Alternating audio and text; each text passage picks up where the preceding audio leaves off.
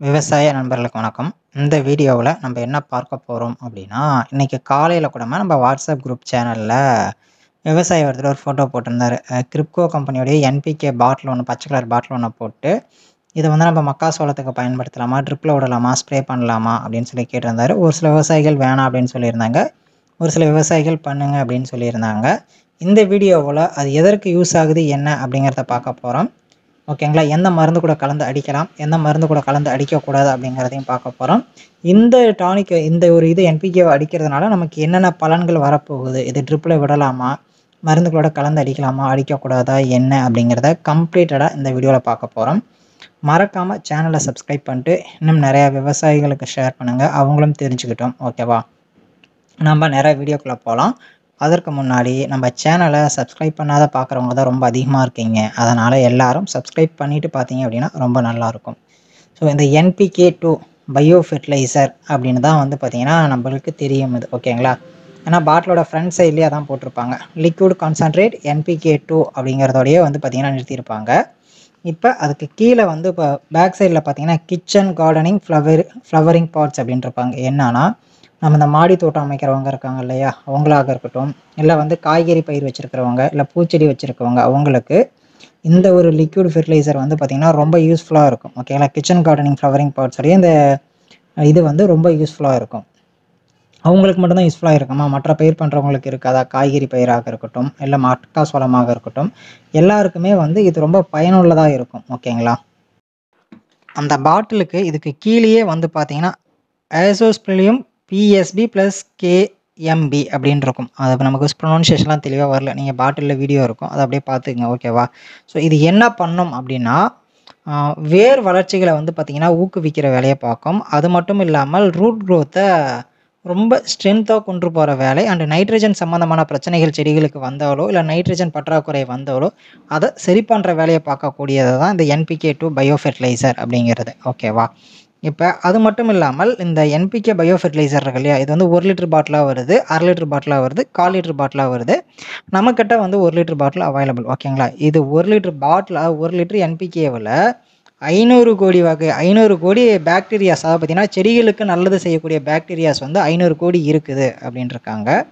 அது மட்டும் இல்லாமல் நம்ம ஸ்ப்ரே பண்ணுறோம் இல்லையா, அந்த ஸ்ப்ரே மூலயமா கிட்டத்தட்ட 6 இருந்து 16 கிலோ ஆஃப் நைட்ரஜன்ஸை வந்து ஒரு ஏக்கருக்கு அப்சார்ப் பண்ணி செடிகளுக்கு கொடுக்குது.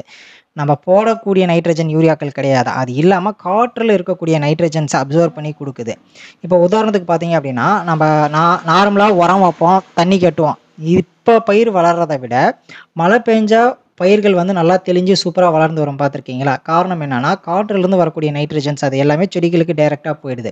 ஸோ அப்படிங்கிறப்ப இது காற்றில் இருந்து வரக்கூடிய நைட்ரஜன் அப்சார்ப் பண்ணி செடிகளுக்கு கொடுக்குது. அப்படிங்கிறப்ப இன்னுமே ரிசல்ட் வந்து பார்த்திங்கன்னா சூப்பராக இருக்கும்.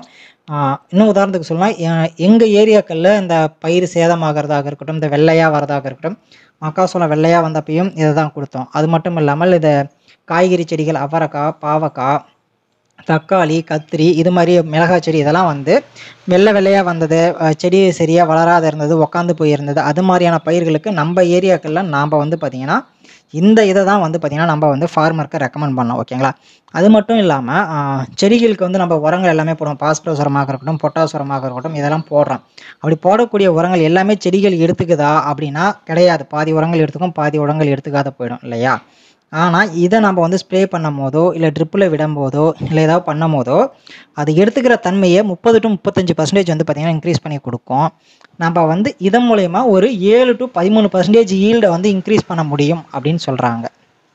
ஓகேங்களா?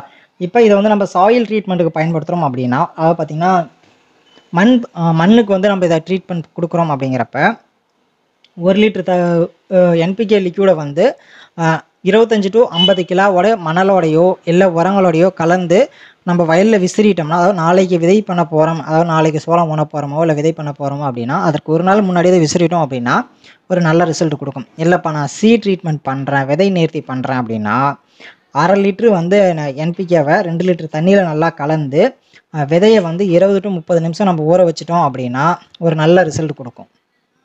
இல்லைப்பா நான் வந்து இப்போ உதாரணத்துக்கு நெல் பயிர் இருக்குது, நெல் பயிரை வந்து நான் நடவு பண்ண போகிறேன், அதற்கு ஏதாவது சொல்லு அப்படின்னா, நெல் பயிர் நடவு பண்ணும்போது 1/2 லிட்ரு வந்து பார்த்திங்கன்னா என்பிகேவில் ஒரு 20 லிட்டர் தண்ணியை நல்லா கலந்துட்டு, அதில் வந்து நம்ம ஊன்றதுக்கு முன்னாடி அந்த கத்தை இருக்கு இல்லையா, ஒரு கத்தை 2 கத்தைன்னு, அந்த கத்தையை நம்ம வந்து இந்த தண்ணியில் ஒரு 20 to 30 செகண்ட் வந்து நல்லா டிப் பண்ணி கொஞ்ச நேரம் வச்சிருந்து எடுத்து நம்ம ஊறினோம் அப்படின்னா, ஆரம்ப காலகட்டத்தில் வந்து பார்த்திங்கன்னா நெல் பயிர்களோட வேர் வளர்ச்சி ரொம்பவே சூப்பராக இருக்கும். ஓகேங்களா?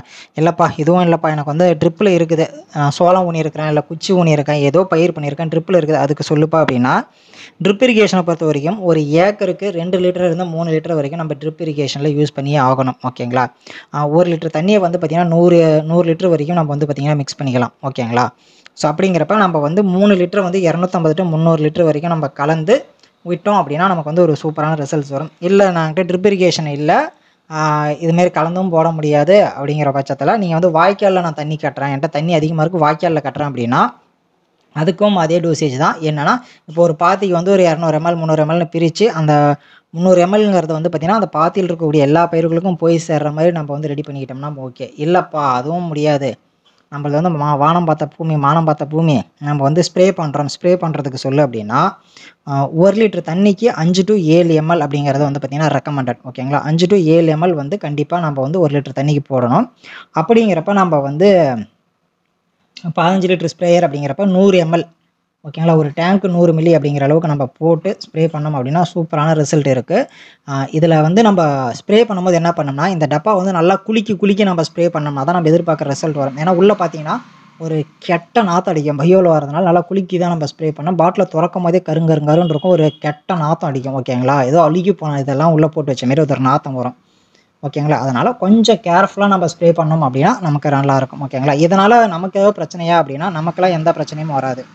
ஸோ நமக்கு எந்த பிரச்சனையும் வருமா அப்படின்னா நமக்கு எந்த பிரச்சனையும் கிடையாது. ஏன்னா இது வந்து பயோவில் வந்துடுறதுனால நமக்கு எந்த ப்ராப்ளமும் ஏற்படாது. ஓகேங்களா?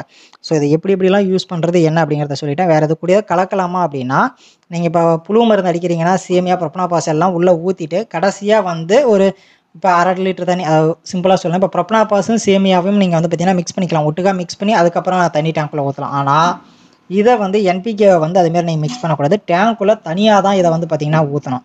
அது ஊற்றினதுக்கப்புறம் நீங்கள் வந்து பார்த்திங்கன்னா புழு மருந்து இதெல்லாம் வந்து கலந்துக்கலாம். வேறு எந்த மருந்தும் நீங்கள் இது கூட கலந்துக்கூடாது. சப்போஸ் அப்படி கலக்குறீங்க அப்படின்னா வந்து திரிஞ்சு போயிடும். திரிஞ்சு போயிடுச்சுன்னா அது யூஸ்லெஸ்ஸாக போயிடும். ஓகேங்களா? ஸோ இந்த வீடியோ மூலிமா உங்களுக்கு இந்த மருந்து எதற்கு பயன்படுது என்ன அப்படிங்கிறத தெரிஞ்சிருக்கும். மறக்காமல் சேனலை சப்ஸ்கிரைப் பண்ணிட்டு இன்னும் நிறையா விவசாயிகளுக்கு ஷேர் பண்ணுங்கள், அவங்களும் தெரிஞ்சுக்கணும் எதற்கு பயன்படுத்துகிறோம் என்ன அப்படிங்கிறது. ஓகேங்களா? நன்றி.